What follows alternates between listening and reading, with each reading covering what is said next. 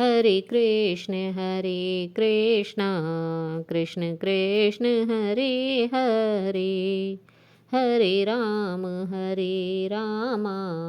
राम राम हरे हरे। जय श्री कृष्ण मेरे प्यारे भक्तों, और आप सभी का मेरे YouTube चैनल जीवन के रंग में बहुत बहुत स्वागत है।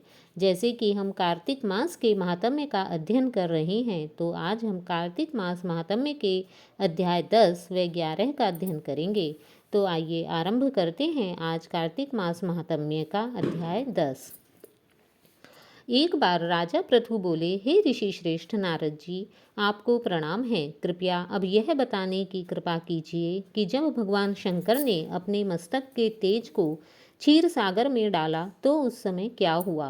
नारद जी बोले, हे राजन, जब भगवान शंकर ने अपना वह तेज क्षीर सागर में डाल दिया तो उस समय वह शीघ्र ही बालक होकर सागर के संगम पर बैठकर संसार को भय देने वाला रुदन करने लगा। उसके रुदन से संपूर्ण जगत व्याकुल हो उठा, लोकपाल भी व्याकुल हो गए, चराचर चलायमान हो गया। शंकर सुवन के रुदन से संपूर्ण ब्रह्मांड व्याकुल हो गया। यह देखकर सभी देवता और ऋषि मुनि व्याकुल होकर ब्रह्मा जी की शरण में गए और उन्हें प्रणाम कर उनकी स्तुति करने लगे। उन सभी ने ब्रह्मा जी से कहा, हे पितामह, यह तो बहुत ही विकट परिस्थिति उत्पन्न हो गई है। हे महायोगी, इसको नष्ट कीजिए। देवताओं के मुख से इस प्रकार सुनकर ब्रह्मा जी सत्यलोक से उतरकर उस बालक को देखने के लिए सागर के तट पर आए। सागर ने ब्रह्मा जी को आता हुआ देखकर उन्हें प्रणाम किया और बालक को उठाकर उनकी गोद में दे दिया। आश्चर्यचकित होते हुए ब्रह्मा जी ने पूछा, हे सागर, यह बालक किसका है? शीघ्रता पूर्वक कहो। तब सागर विनम्रता पूर्वक बोला, हे प्रभु, यह तो मुझे ज्ञात नहीं है, परंतु मैं इतना अवश्य जानता हूँ कि यह गंगा सागर के संगम पर प्रकट हुआ है। इसलिए हे जगत गुरु, आप इस बालक का जात कर्म आदि संस्कार करके इसका जात फल बताइए। नारद जी राजा पृथु से बोले, सागर ब्रह्मा जी के गले में हाथ डालकर बार बार उनका आकर्षण कर रहा था। फिर तो उसने ब्रह्मा जी का गला इतनी जोर से पकड़ा कि उससे पीड़ित होकर ब्रह्मा जी की आंखों से अश्रु टपकने लगे। ब्रह्मा जी ने अपने दोनों हाथों से जोर लगाकर किसी प्रकार सागर के उस पुत्र से अपना गला छुड़वाया और सागर से कहा, हे सागर, सुनो, मैं तुम्हारे इस पुत्र का जातक फल कहता हूँ। मेरे नेत्रों से जो यह जल निकला है, इस कारण इसका नाम जलंधर होगा। उत्पन्न होते ही यह तरुण अवस्था को प्राप्त हो गया है, इसलिए यह सब शास्त्रों का पारगामी, महापराक्रमी, महावीर, बलशाली, महायोद्धा और रण में विजय प्राप्त करने वाला होगा। यह बालक सभी दैत्यों का अधिपति होगा। यह किसी से भी पराजित न होने वाला तथा भगवान विष्णु को भी जीतने वाला होगा। भगवान शंकर को छोड़कर यह सबसे अवध्य होगा। जहाँ से इसकी उत्पत्ति हुई है, यह वहीं जाएगा। इसकी पत्नी बड़ी पतिव्रता, सौभाग्यशालिनी, सर्वांग सुंदरी व मधुर वाणी बोलने वाली तथा शीलवान होगी। सागर से इस प्रकार कहकर ब्रह्मा जी ने शुक्राचार्य को बुलवाया और उनके हाथ से बालक का राज्याभिषेक कराकर स्वयं अंतर ध्यान हो गए। बालक को इस देखकर सागर की प्रसन्नता की सीमा न रही। वह हर्षित मन से घर आ गया। फिर सागर ने उस बालक का लालन पालन कर उसे पुष्ट किया। फिर कालनेमी नामक असुर को बुलाकर वृंदा नामक कन्या से विधि पूर्वक उस बालक का विवाह करा दिया। उस विवाह में बहुत बड़ा उत्सव हुआ। श्री शुक्राचार्य के प्रभाव से पत्नी सहित वह जलंधर देवताओं का राजा हुआ। जय श्री कृष्ण। तो यह थी अध्याय 10 की कथा। अब हम अध्याय 11 की कथा कहते हैं। इस प्रकार एक बार सागर पुत्र जलंधर अपनी पत्नी वृंदा सहित असुरों से सम्मानित हुआ सभा में बैठा था। तभी गुरु शुक्राचार्य का वहां आगमन हुआ। उनके तेज से सभी दिशाएं प्रकाशित हो गईं। गुरु शुक्राचार्य को आता देखकर सागर पुत्र जलंधर ने असुरों सहित उठकर बड़े आदर से उन्हें प्रणाम किया। गुरु शुक्राचार्य ने उन सब को आशीर्वाद दिया। फिर जलंधर ने उन्हें एक दिव्य आसन पर बैठाकर स्वयं भी आसन ग्रहण किया। फिर सागर पुत्र जलंधर ने उनसे विनम्रता पूर्वक पूछा, हे गुरुजी, आप हमें यह बताने की कृपा करें कि राहु का सिर किसने काटा था। इस पर दैत्य गुरु शुक्राचार्य ने विरोचन के पुत्र हिरण्यकश्यप और उनके धर्मात्मा पुत्र का परिचय देकर देवताओं और असुरों द्वारा समुद्र मंथन की कथा को संक्षेप में सुनाते हुए बताया कि जब समुद्र से अमृत निकला तो उस समय देव रूप बनकर राहु भी उस अमृत को पीने बैठ गया। इस पर इंद्र के पक्षपाती भगवान विष्णु ने राहु का सिर काट डाला।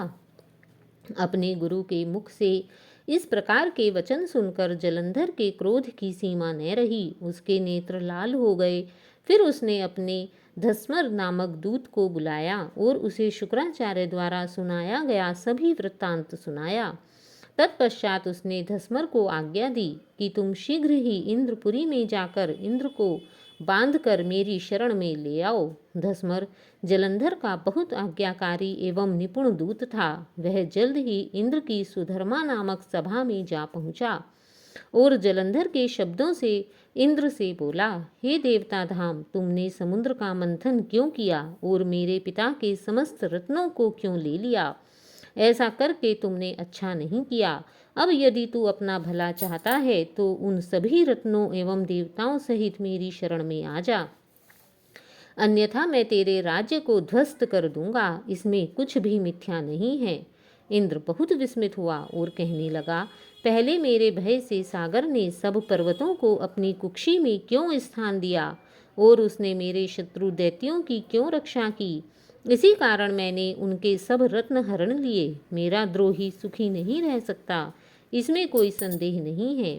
इंद्र की ऐसी बातें सुनकर वह दूत शीघ्र ही जलंधर के पास आया और इंद्र के द्वारा कही गई सारी बातें जलंधर को सुनाई।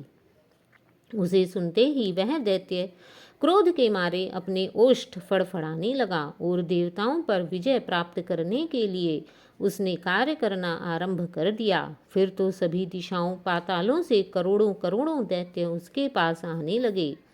शुंभ निशुंभ आदि करोड़ों सेनापतियों के साथ जलंधर इंद्र से युद्ध करने लगा।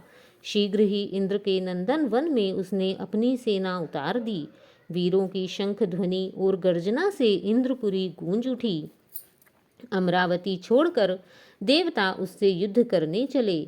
भयानक मारकाट मच गई। असुरों के गुरु आचार्य शुक्राचार्य अपनी मृत संजीवनी विद्या से और देवगुरु बृहस्पति द्रोणागिरी से औषधि ला लाकर अपने मृत सेनापतियों को जिलाते रहे। इस पर जलंधर ने क्रुद्ध होकर कहा कि मेरे मरे हाथ से मरे हुए देवता कैसे वापस जी जाते हैं?